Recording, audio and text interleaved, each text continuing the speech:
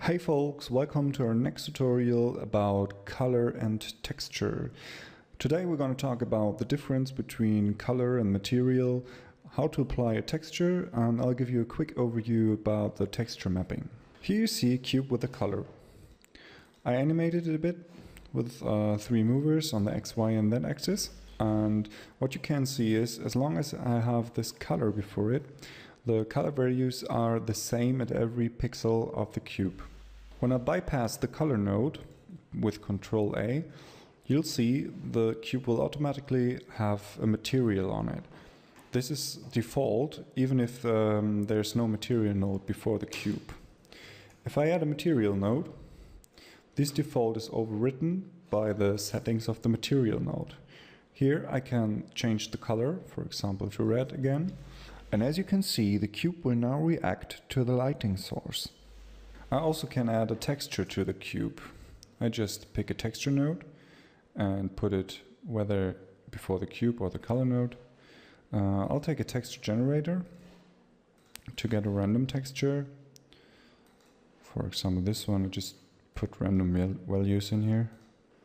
This one will do. And now you can see that the texture is on the cube. Also, I can just drag and drop some pictures or images or textures from your desktop or a folder and drop it directly into your hierarchy. Ventuz will ask you to save the data to the project and generate the node. As you can see, you can put textures behind each other, like here. You can put up to 8 textures behind each other. You will have noticed that if this side is facing the camera, it becomes pretty bright, so you almost can't see what is on this plane.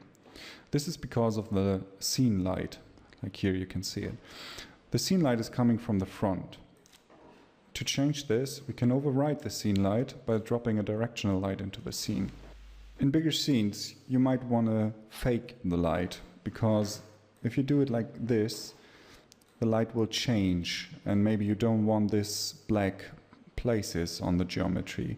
To do so, you just override this material with a color, so there's no light effects on it, and then just take some textures and you'll have a pretty decent effect. Those textures here are in a container. As you can see, it's just some textures behind each other. I can just take them off and you'll see how the geometry changes.